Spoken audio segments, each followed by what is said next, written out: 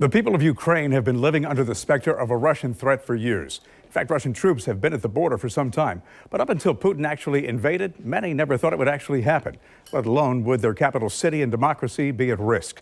Joining me live on the morning show is Natalia Solieva. And before moving to Jacksonville, she was an attaché at the Ukrainian Embassy in Washington, D.C. Good morning, and thank you for joining us.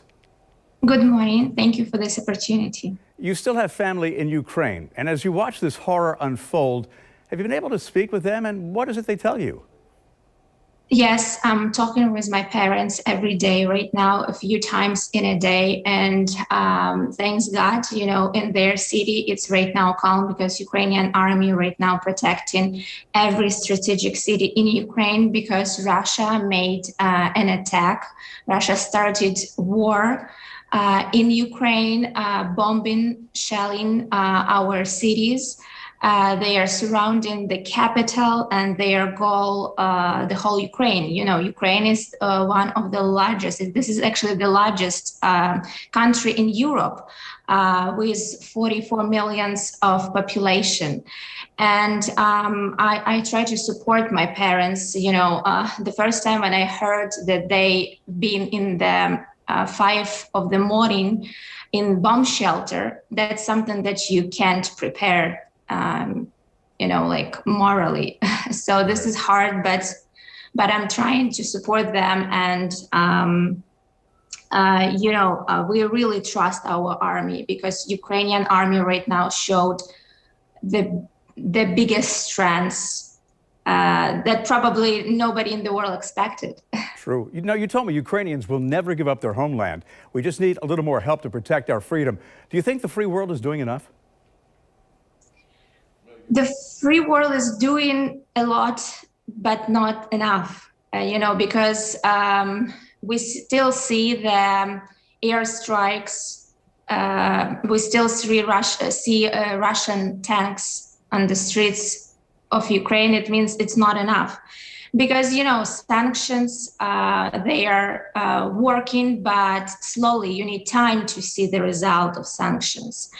Also, Ukrainian army right now needs additional weapons and help from the Western countries, including the United States, because yes, they are fighting alone right now. I mean, physically, practically, but they need help with the weapons.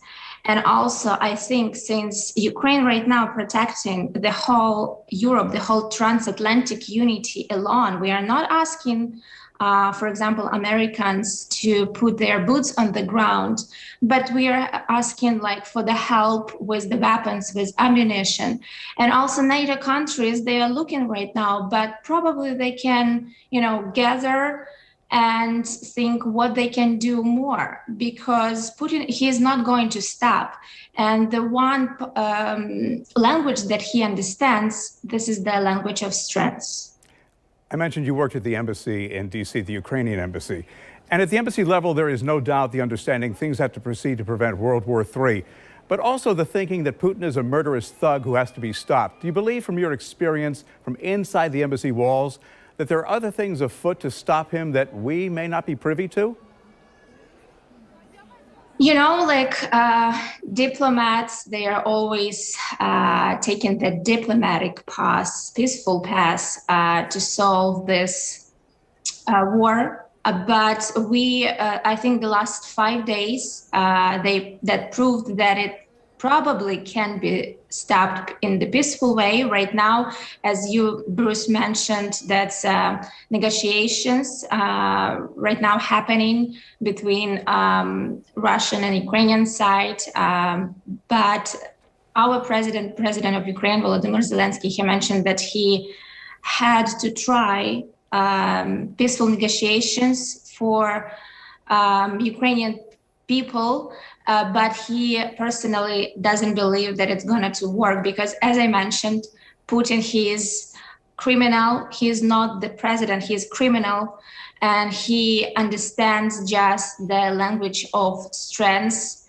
And we need just to fight Russian army, and we need just a little bit of help for Ukrainian army from abroad. Natalia, I know this has to be a very emotionally difficult time for you. Personal reflections as you watch things unfold, perhaps helplessly, 5,500 miles away from your family? This is very emotional because you can't be with the family right now, to go to Ukraine. But as I said, we're doing even here as much as we can. And this is a big Ukrainian community in the United States and even in Florida, in Jacksonville. Yesterday, we made a car rally in the support of Ukraine. We are going to talk with the senators. We are going to talk with the congressmen, with the local authority to help Ukraine as much as possible because, all democratic world has to understand that this is the right moment.